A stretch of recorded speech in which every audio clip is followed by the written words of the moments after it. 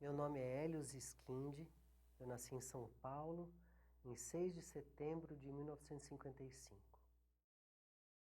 Esse nome Ziskindi vem do meu pai e é um nome de descendência polonesa. Minha mãe também é nascida na Polônia. Meu pai nasceu aqui no Brasil, em Curitiba. Depois morou em São Paulo a vida inteira. E a minha mãe chegou da Polônia com 5 anos aqui. Eu tive uma infância, eu morava na Teodoro Sampaio, que era uma rua super movimentada, assim. Então tinha bonde na frente de casa, para andar de bicicleta quando eu era pequeno era difícil, porque tinha que sair numa rua movimentada e tal. Mas aí saindo da Teodoro eu andava de bicicleta muito longe. Vir de Pinheiros até a USP, eu acho que é que nem se eu fosse caminhando até Santos hoje em dia. Era um negócio muito longe. E era um mato, uma floresta, assim.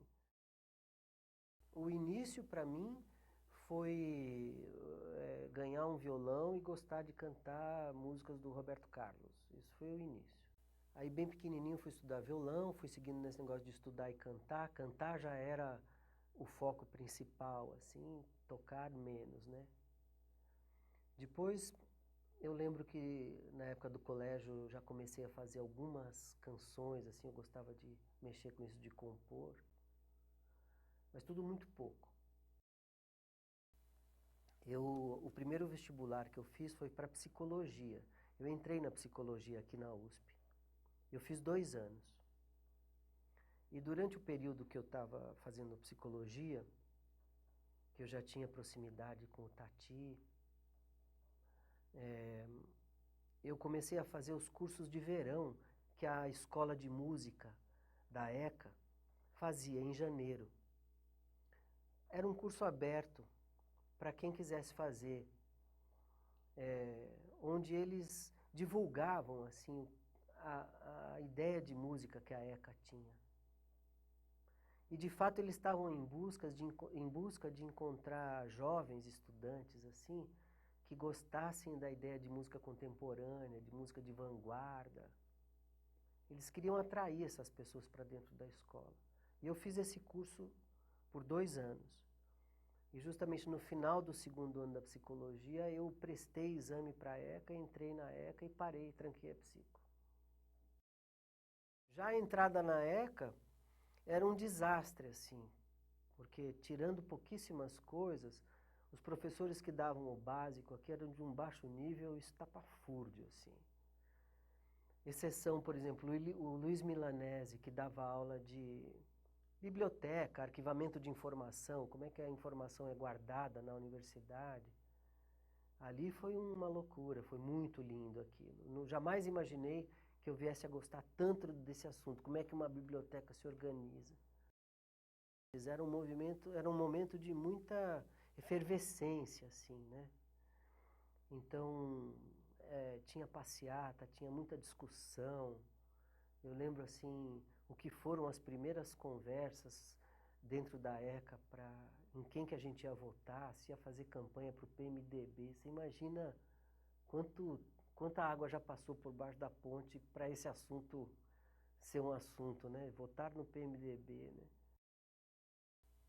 Então, é curioso como a ECA foi mal organizada desse aspecto desde o primeiro momento, assim, sabe? De não propiciar uma integração de campos, que essa é o destino dessa escola. E eu achei curioso, porque eu acho que uns 2 anos atrás eu vim aqui dar uma palestra, porque naquela época, esse negócio dos alunos não se ajuntarem tinha uma explicação política. A reitoria queria mesmo desmembrar os alunos para não favorecer os agrupamentos, porque aqui era muito politizado. A Libilu era muito forte aqui, tinha caras muito bons. 25 anos depois eu venho aqui dar uma palestra e o mesmo problema continua, quer dizer que não era uma questão política da época, isso daí é uma coisa da escola, aqui ninguém se cruza, não está certo. Teve coisas bem engraçadas aqui na ECA. Eu acho que talvez a campeã de audiência de risada foi o seguinte, que já mais perto do fim do curso, tinha uma música do Stockhausen que não era bem uma música escrita, era uma vivência. Então, você tinha que passar, acho que eram 2 dias, num lugar sem comer muito, sem falar muito, sem tocar nada, sem fazer nada, próximo do silêncio. Depois tinha umas palavras lá, chaves para memorizar, e depois fazia-se uma performance musical. E foi engraçado passar esses 2 dias em silêncio. Eu e mais 2 amigos, o Milton e a Denise, fomos para a casa do Milton, combinamos com as respectivas casas que a gente não ia dar notícia. E aí a partitura tinha uns negócios assim, toque na vibração da célula do outro músico. Tinha umas coisas que a gente passava por isso, acabava de tocar, falava, Vili, esse negócio aí, isso é coisa de alemão, Vili. Isso aqui no Brasil não vai funcionar desse jeito. Não vai dar para entrar nessa da vibração da célula do outro. Não sei, isso daí não está indo. Ele falava, talvez, tem razão. No colegial, eu conheci o Paulo Tati, conheci depois o Luiz Tati, pessoas que vieram se tornar o Rumo depois, o Grupo Rumo. Um pouco por esse negócio da gente se encontrar na escola, e o Luiz Tati já era um músico que já fazia shows antes, já compunha, e ele quis começar uma coisa do zero, ele quis começar um grupo. Então ele chamou uma turma ali, eu vim através do Paulo, ele conhecia o Geraldo, ele juntou um núcleo ali de gente que quisesse mexer com canção, com música popular brasileira, né? E oficialmente começou em 74. E a partir daí, a gente fazia show aqui na USP direto. Quer dizer, aqui era a nossa casa. Começou tudo na USP. Teve um show um pouco no Equipe, organizado lá pelo Serginho Groisman e tal, mas foi um negócio que o grosso do começo foi todo aqui, na USP, em várias escolas, shows na FAO, shows na História. E depois fomos saindo daqui. E a USP, ninguém queria sair daqui de dentro, aqui era maravilhoso. A música do Rumo,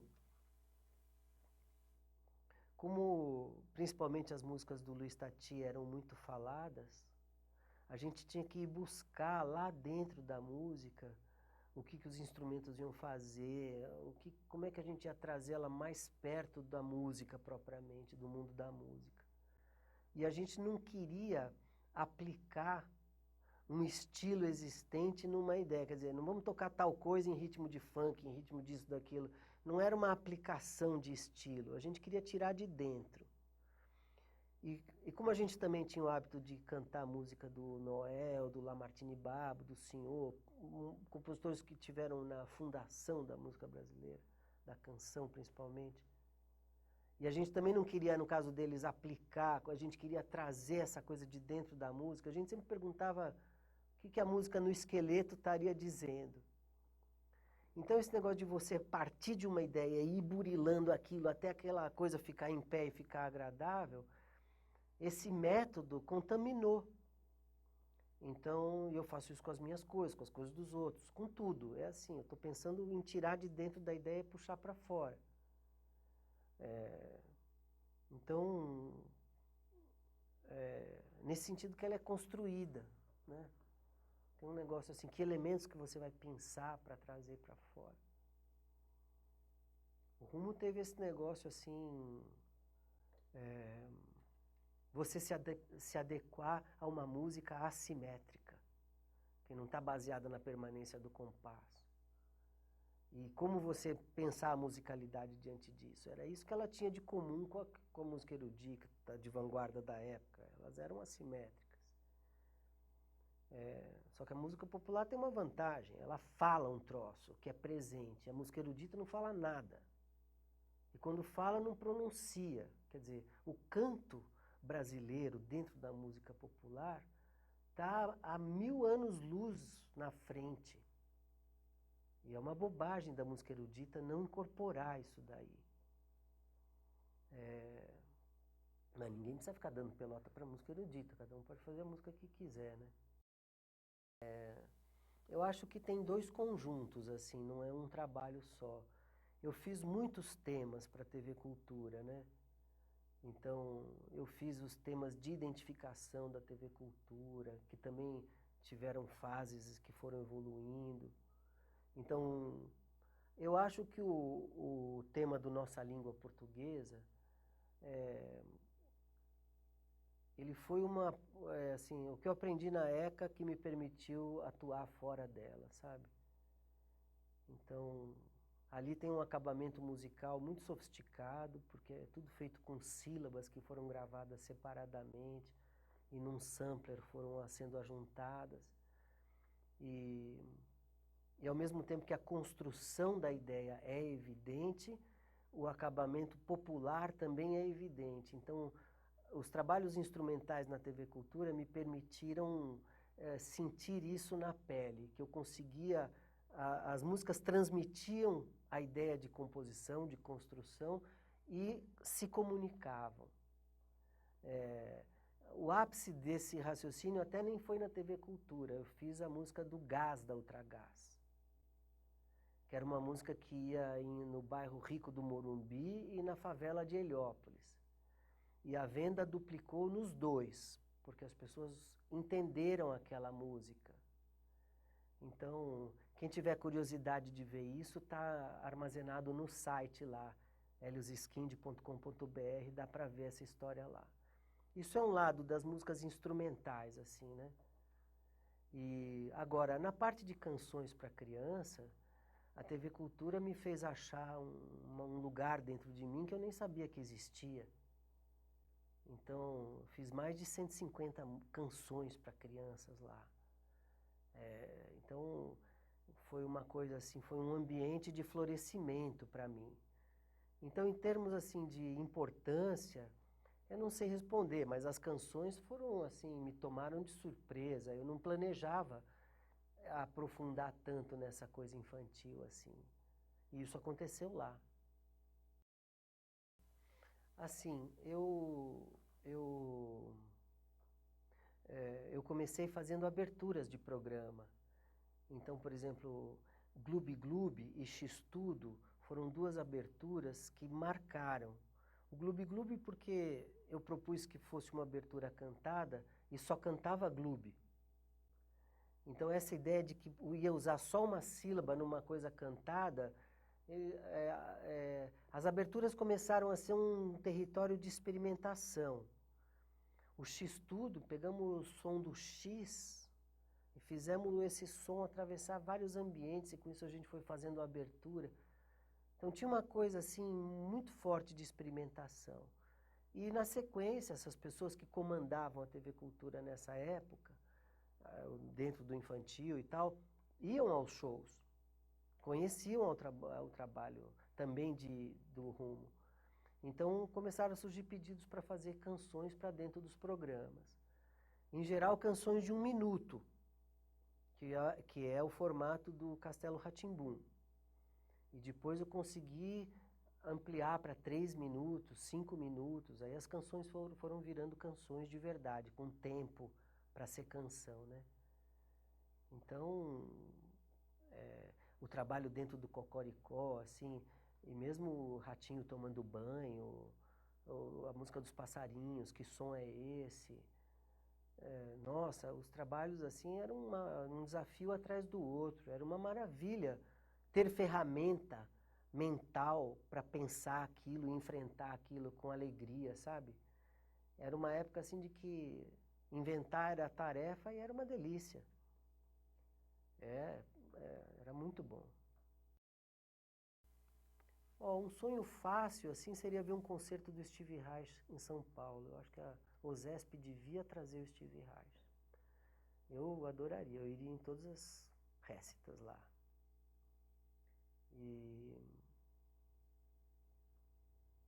de resto, não é assim que eu tenho um sonho não realizado. O trabalho está seguindo, né? Fazendo os discos, fazendo histórias.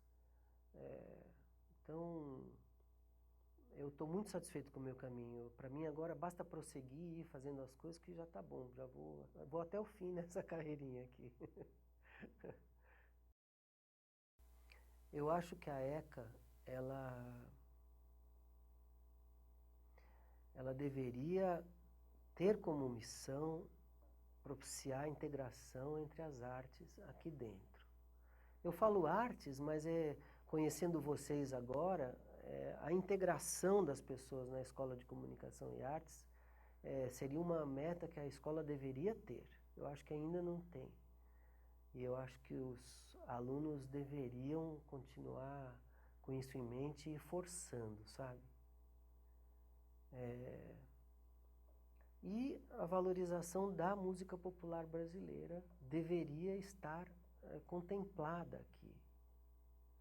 Esse negócio de não entrar a música popular por ser como se fosse um reino diferente, não está certo, porque a música popular brasileira é uma exceção no mundo. Assim como a americana e tal. Tem uma quantidade de trabalhos já acumulados, assim, que deveria se permitir essa coisa aprofundar aqui também. Então, eu não acho que a ECA deveria ser uma escola de música erudita de vanguarda. Eu acho que é um lugar onde se deveria poder ter metalinguagem para falar sobre a música, em cada campo onde ela possa acontecer. Ferramenta para pensar aquilo. Porque... Então, eu acho que os alunos vão ter que forçar isso daí acontecer.